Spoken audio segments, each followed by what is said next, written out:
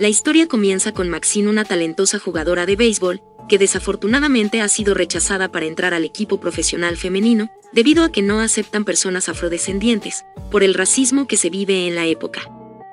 Así que, resignada a olvidar su sueño, continúa trabajando en el salón de su madre. Pero a los pocos días, ella ya se encuentra buscando la oportunidad de entrar al equipo varonil, en donde sí aceptan personas afrodescendientes. Pero uno de los requisitos es trabajar en la fábrica de la ciudad, así que convence a un chico que gusta de ella, para que le ayude a obtener el empleo. Al parecer a su madre le agrada la idea de verla junto al hombre. Pero lo que ella no sabe es que su hija Max recibe en su salón a una honorable cliente, fuera del horario de atención. Se trata de la señora Turner, la esposa del pastor, con quien está teniendo una aventura.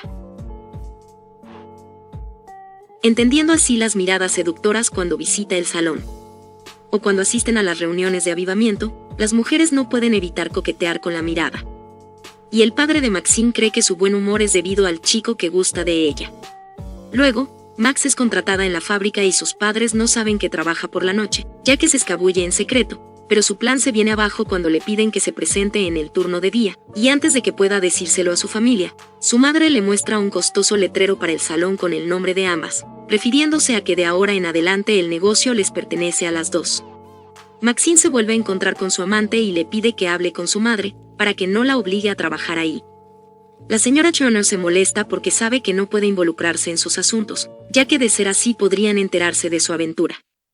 Además de que ella tiene que lidiar con sus propios problemas en la iglesia. Al final las dos mujeres terminan discutiendo, poniéndole fin a su aventura. Entonces, Maxine se sincera con su madre acerca del trabajo y con su plan de ser jugadora profesional. Por lo que más tarde escucha a sus padres discutir que ella podría convertirse en una invertida como su tía Bertie, persona que jamás ha visto en la vida. Max, buscando un poco de apoyo por parte de su familia, decide buscar a su tía, pero se lleva una sorpresa al encontrar a Bertie viviendo como un hombre, casado con su nueva compañera de trabajo. Se siente tan abrumada que se marcha sin despedir.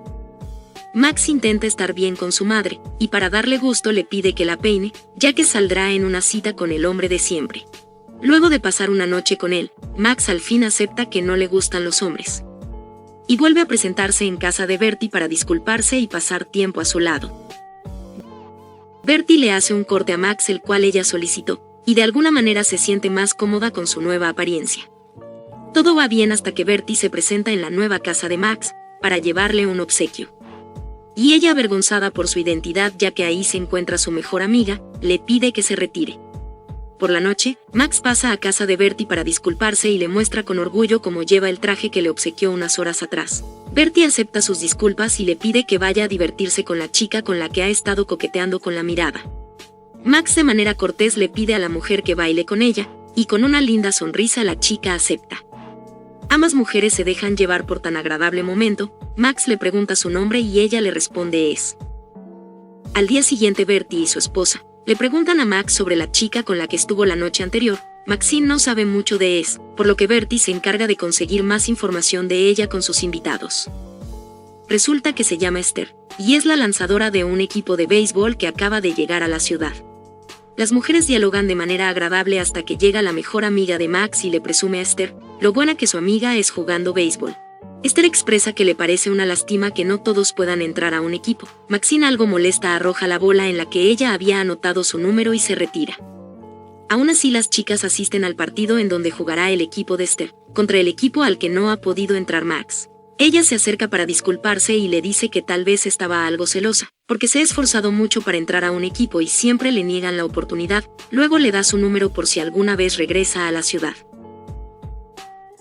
Durante el partido, Esther finge una lesión, y le pide a su entrenador que Maxine la reemplace en el montículo. Max, algo sorprendida pero animada por la multitud, se dispone a lanzar un juego impresionante, permitiendo así que el equipo de Esther gane.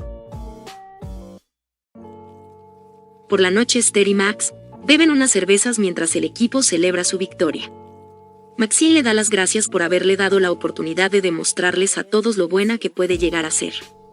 El entrenador del equipo de Esther, sorprendido por su talento, la invita a unirse al equipo. Emocionado por todos los boletos que ella y Esther le harán vender, le pide que no se lo piense mucho.